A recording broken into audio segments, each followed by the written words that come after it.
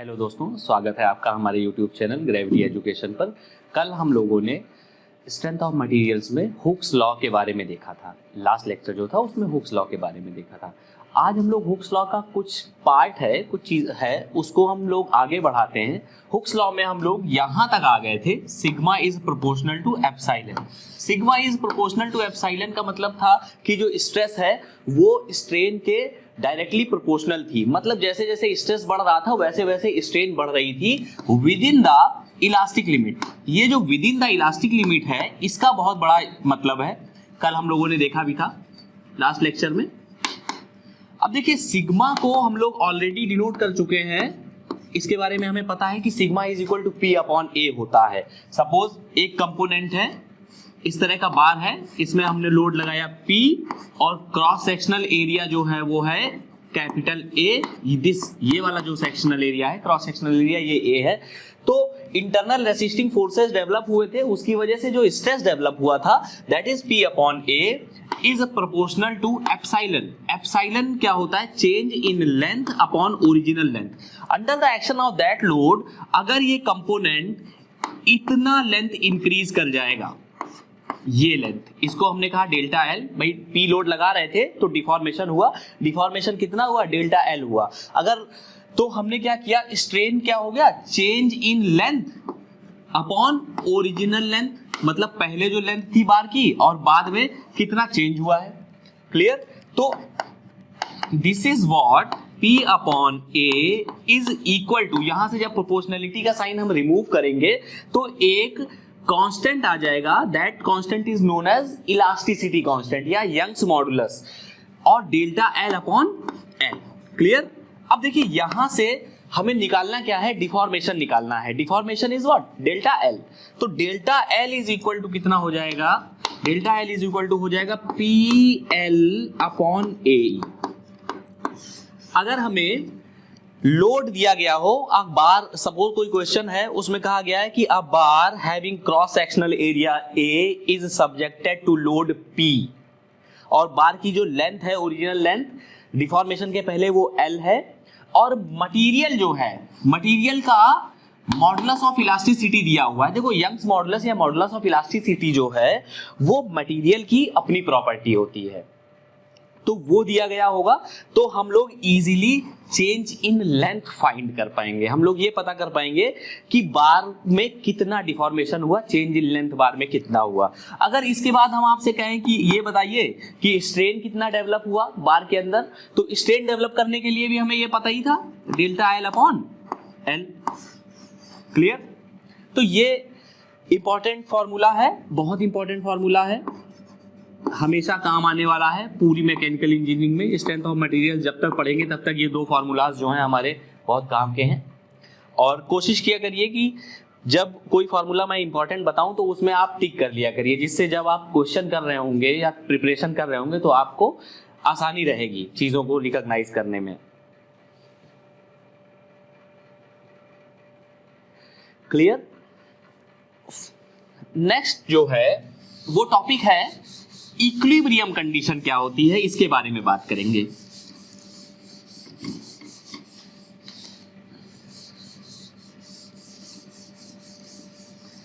Equilibrium में भी जो हम बात करेंगे वो करेंगे स्टैटिक इक्विलिब्रियम की।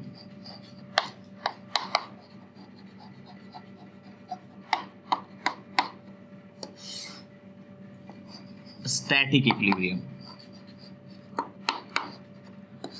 देखिए स्टैटिक का मतलब ये है कि ऑब्जेक्ट जो है वो स्टैटिक कंडीशन में है, उसमें वो मूव नहीं कर रहा है, रुका हुआ है। तो देखते हैं क्या होता है ये। देखिए, सपोज एक ये ब्लॉक है, ये ब्लॉक एक सरफेस पे रखा हुआ है, इसका लोड है, इसका वेट है W वेट है। अब देखो होने क्या वाला है कि ये जब रुका हुआ है तो एक वेट W नीचे लग रहा है by the block on the surface. By the block on the surface one load is acting downwards, और एक दूसरा load by the surface on the block acting upwards. ये होगा। अच्छा ये होगा क्यों? सपोज एक बार ये है, ये ब्लॉक है मेरे हाथ में रखा हुआ है, इसका अपना कुछ लोड है, सपोज 10 ग्राम का ये है, क्लियर। अब ये लोड नीचे की तरफ लगा रहा है, अगर मैं इसे फ्री छोड़ दूं, कोई सरफेस ना हो, तो ये नीचे चला जाएगा। बट सेकंड केस में क्या है कि हमने इसको अपने हाथ पर रखा तो लोड नीचे लग रहा है और इसको होल्ड किए हुए ये इस समय स्टैटिक कंडीशन में रुका हुआ है। क्यों? क्योंकि एक लोड जो नीचे लग रहा है उसके इफेक्ट को एक दूसरा लोड जो ऊपर लग रहा है वो काउंटर कर रहा है। अगर ये लोड, ये हाथ, ये हथेली अगर ऊपर की तरफ लोड ना लगाती बार में, तो क्या होता? ये नीचे चला जाता। तो इससे हमको एक बात समझ में आ रही है कि जो लोड नीचे लग रहा है उसका अपोजिट रिएक्शन फोर्स जो है वो ऊपर लग रहा है, और वो क्या है? R is equal to some what? W, की जो net reaction by the floor या by the surface on the block है वो R है, और by the block on the surface कितना है? W है।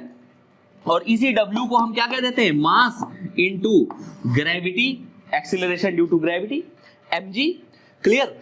तो देखो ये जो ब्लॉक है, this block is under static condition, रुका हुआ है। हाँ, अब देखिए स्टैटिक इक्विलिब्रियम क्या होता है समझेंगे। ये स्टैटिक इक्विलिब्रियम में है, जैसे एक इस तरह से हमने बार लिया और इस पे हम एक लोड लगा रहे हैं P। अब ये जो बार है ये रुका हुआ है, इक्विलिब्रियम की कंडीशन में है। कैसे? अगर ये इक्विलिब्रियम की कंडीशन में ना होता तो ये निकल के बाहर आ गया होता यहां से। और हमें क्या करना है कि हमें इसको, जैसे सपोज ये सीलिंग है, इसमें हमको कोई इस तरह का स्ट्रक्चर जो है या इस तरह का जो कंपोनेंट है उसको हमको हैंग करना है। तो हैंग करने के लिए क्या करना पड़ेगा? हमको स्टैटिक इक्विलिब्रियम फॉलो करना पड़ेगा कि ये जो है रुका रहे और इस पे लगने वाले जो सारे फोर्सेस हैं और the summation of the moments acting on this bar should be equal to 0। समझोगे? अभी देखना, अगर इसमें लगने वाले सारे हॉरिजॉन्टल फोर्सेस जो है वो 0 हो जाए, the algebraic sum of all the horizontal forces equal to 0, the algebraic sum of all the vertical forces is equal to 0 and the algebraic sum of all the moments equal to 0। In this condition, the component is said to be under static equilibrium condition। अब देखना, अगर horizontal forces जो है उनका algebraic sum 0 नहीं होता है, उस कंडीशन में क्या होगा? हॉरिजॉन्टल फोर्सेस सपोज ये है, this is horizontal direction, this is vertical direction and this is moment. Suppose ये एक कंपोनेंट है, अगर मैं इस पे अपने थंब से एक लोड ये लगा रहा हूं तो ये जो लोड है, this load is acting in the horizontal direction. अगर मैं एक लोड ऐसे लगा रहा हूं फिंगर से ऊपर की तरफ, then this load is known as vertical, acting in a vertical direction. और अगर इस तरह से इसको घुमाने का, रोटेट करने का प्रयास कर रहा हूं तो ये क्या कहलाएगा? मोमेंट कहलाएगा। अब हमारा मेन मोटो है कि सपोज हमारी एक शाफ्ट है या एक ये कोई बार है सपोज, हाँ, इसको क्या करना है? कई सारे लोड बियर करने हैं। जैसे मैंने क्या किया कि इस हथेली से दोनों जो बार, ये बार है, दोनों हथेलियों से मैं इसको हॉरिजॉन्टल फोर्स दे रहा हूं और अपने हाथ से मैं इसे वर्टिकल फोर्स भी प्रोवाइड कर रहा हूं और इस तरह से मोमेंट भी प्रोवाइड कर रहा हूं। तो जो स्ट्रक्चर है वो इक्विलिब्रियम कंडीशन में नहीं रहेगा। और अगर सपोज इस तरह, ये एक तो बात ये हो गई। अब इसी तरह से पूरा का पूरा सपोज हमको ब्रिज बनाना है, एक पुल बनाना है, तो उस पुल के साथ भी यही सेम कंसेप्ट लगेगा कि अगर उस पे सपोज हॉरिजॉन्टल फोर्सेस का नेट सम 0 ना हुआ तो पुल क्या होगा? शिफ्ट कर जाएगा। और अगर उस ब्रिज पे वर्टिकल फोर्सेस का नेट सम 0 ना हुआ तो पुल क्या होगा? एलिवेट कर जाएगा, ऊपर चला जाएगा। और अगर पुल पे लगने वाले नेट मोमेंट 0 ना हुए तो पुल क्या करेगा? रोटेट कर जाएगा। तो आई थिंक आप समझ पा रहे होंगे why we are studying this static equilibrium equation, कि हमें स्टैटिक कंडीशन में अपने स्ट्रक्चर को रखना है और उस स्थिति में जो सारे के सारे फोर्सेस हैं, इसको ऐसे भी लिखते हैं हम, कई सारी बुक्स में इस तरह से भी मिलता है, sigma F X is equal to 0, sigma F Y is equal to 0 and sigma moment is equal to 0।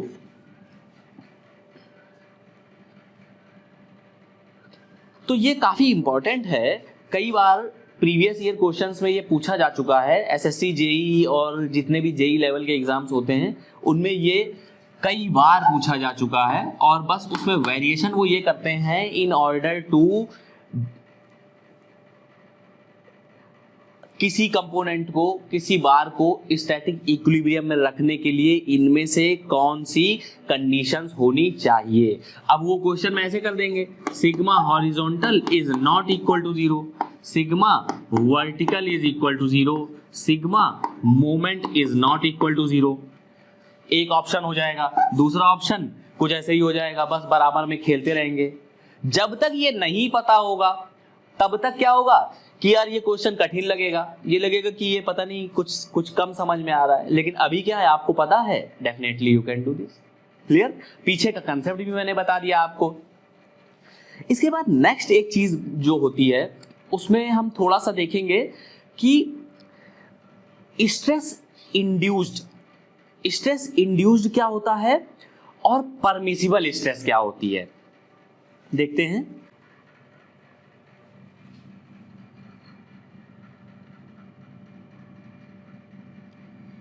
Suppose we have taken a pillar, हमने एक पिलर लिया, उस पिलर का देखो क्या काम है, उस पिलर का काम है कि हमको इसके ऊपर एक ब्रिज बनाना है या एक रूफ बनानी है। इस तरह से जैसे घर में क्या होता है, कई सारे पिलर्स होते हैं, उन पे छत बनती है, उन पे छत डाली जाती है, तो उसी तरह से हमें एक पिलर बनाना है, ये बना लिया और उस पे एक लोड हमने सपोज लगा दिया ये P। देखो अगर आपको अभी नहीं पता है तो मैं बता दूं ये कंप्रेसिव लोड है, कंप्रेसिव टाइप का लोड है, क्योंकि ये क्या कर रहा है, दबाने का प्रयास कर रहा है, और दबाने का मतलब कंप्रेशन होता है। तो it is a kind of compressive force that is P। और यहां पर जो स्ट्रेस इंड्यूस्ड है, अगर इस बार का क्रॉस सेक्शनल एरिया A है, स्ट्रेस इंड्यूस्ड जो है that is P upon A। Stress induced का मतलब होता है जो डेवलप हुई है पिक्चर में, जो कॉलम में डेवलप हुई है या पिलर में जो डेवलप हुई है, that is what stress induced P upon A। एक दूसरा टर्म आता है बड़ा इंपॉर्टेंट है, इसी दो चीजों में हम लोग खेलते रहेंगे स्ट्रेंथ ऑफ मटेरियल्स में आखिरी तक, डिफ्लेक्शन डिफॉर्मेशन कुछ भी हो, इन्हीं सब चीजों में खेलते रहेंगे। स्ट्रेस इंड्यूस्ड और दूसरा होता है permissible stress.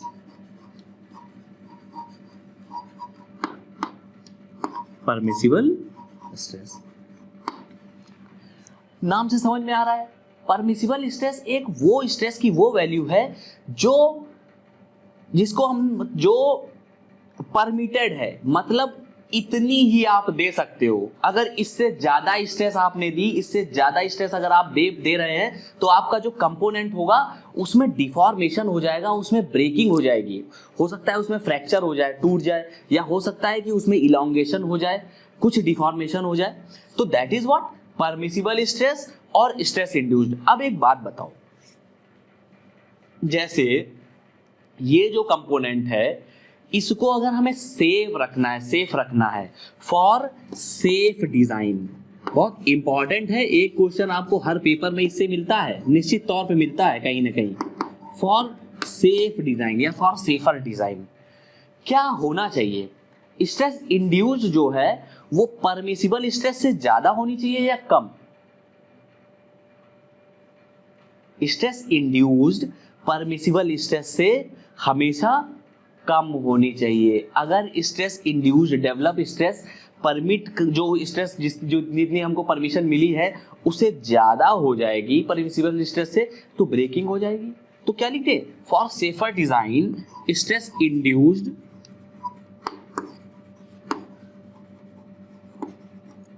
should less than permissible stress।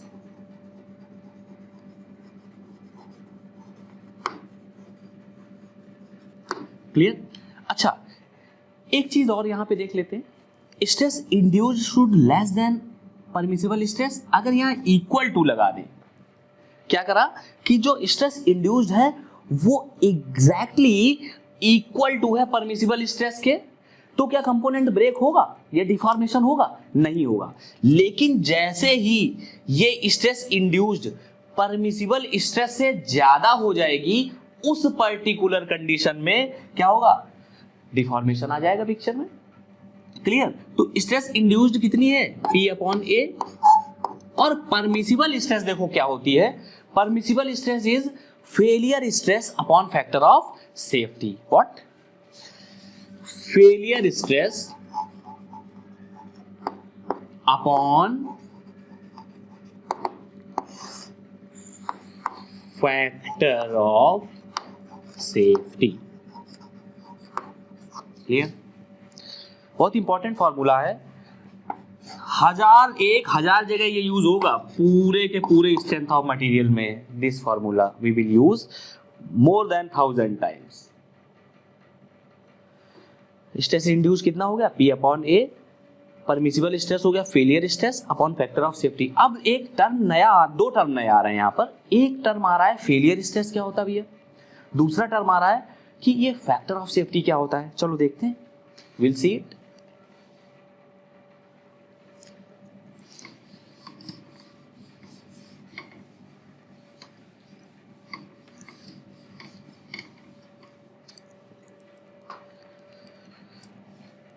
इसी फॉर्मूले को हम आगे बढ़ाते हैं। P upon A is less than और इक्वल टू फेलियर स्ट्रेस।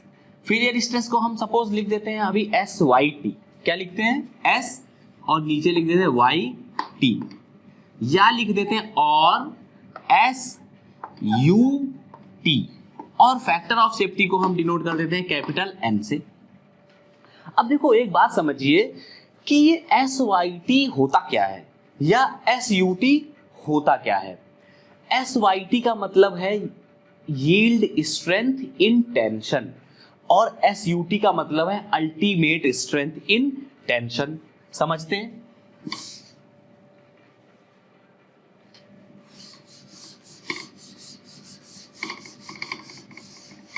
देखिए हमने क्या किया, बार लिया, स्ट्रेस स्ट्रेन कर्व इसीलिए पहले बता दिया गया था कि आगे ये सब चीजें बताई जानी थी। लोड लगाया, जैसे ही लोड लगाया तो क्या हुआ? मटेरियल इलास्टिक, इस तरह से this kind of thing, sigma epsilon.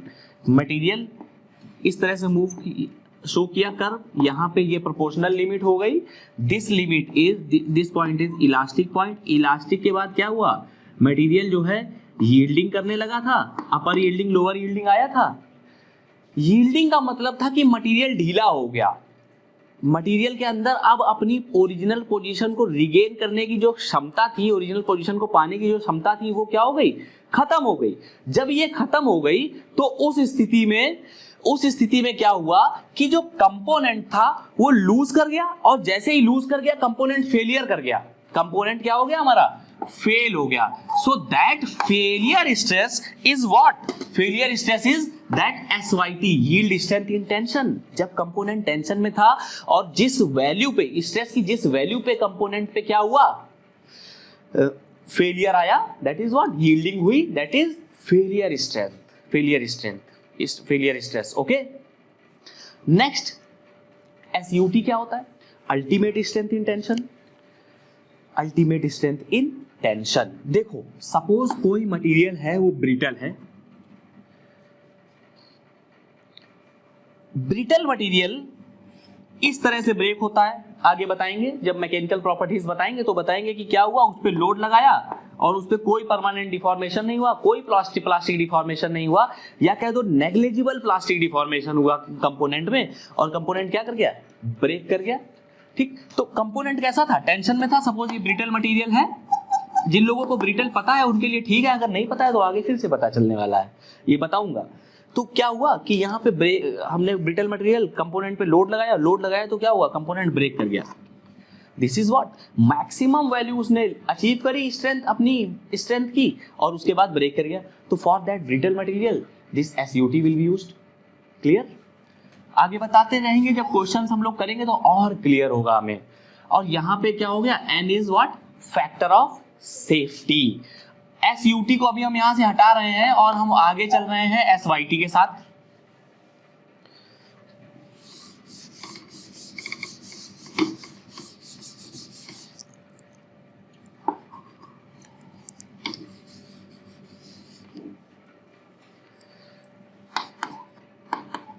देखिए इसका क्रॉस सेक्शनल एरिया अपने पास ए था, अगर मैं कहूं कि इसका जो डाया है डियर दोस्तों, डाया जो है वो स्मॉल डी है, तो क्रॉस सेक्शनल एरिया कितना होने वाला है? क्रॉस सेक्शनल एरिया होने वाला है पाई डी स्क्वायर बाई 4। अरे यही तो होता है। अगर ये नहीं आता है तो आप क्या करें, क्लास 9 की किताब उठाएं, क्लास 9 की किताब उठाएंगे उससे आ जाएगा। या देख लो a is equal to pi r square होता है, हाँ, और r क्या होता है? d/2 होता है, और d/2 का होल स्क्वायर करेंगे तो क्या होगा? d²/4 होगा। कभी भी शर्माना नहीं चाहिए। सपोज अगर नहीं आता है तो चीजें सीखनी चाहिए। हाँ, क्लास 9 की, क्लास 10 की, क्लास 11th 12th की बुक्स उठाने में कोई हर्ज नहीं है। बहुत सारे स्टूडेंट्स ऐसे होते हैं जिन्होंने कभी जीवन में पढ़ाई नहीं की होती है, लेकिन उसके बाद क्या होता है कि उनको अपने आप को प्रूव करना होता है, बहुत सारे प्रेशर्स होते हैं लाइफ में, तो फिर वो शुरू करते हैं, नहीं अब क्या करना है, अब IAS बनना है, नहीं अब जूनियर इंजीनियर बनना है, अब AE बनना है। हाँ, इंतकाम लेना होता है। तो क्या करना पड़ता है? पुरानी किताबें भी पढ़नी पड़ती हैं। क्लियर? तो निश्चित तौर पे पढ़िए और आगे बढ़ते रहिए। पाई d²/4 इज लेस देन और equal to SYT/n।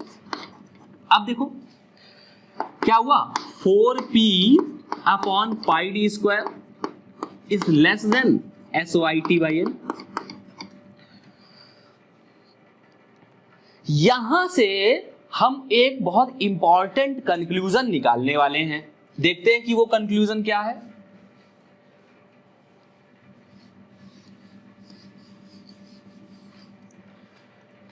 D is greater than or equal to √4pn/πSYT।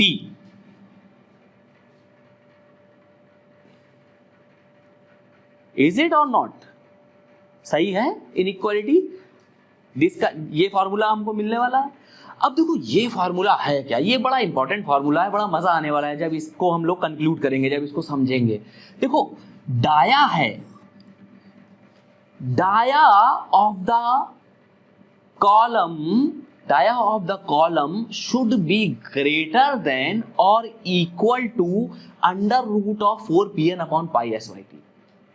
मतलब क्या हुआ, अगर कंपोनेंट, अगर पिलर या कॉलम है, जो भी है ये कंपोनेंट, इसका फैक्टर ऑफ सेफ्टी हमको बढ़ाना होगा साथियों।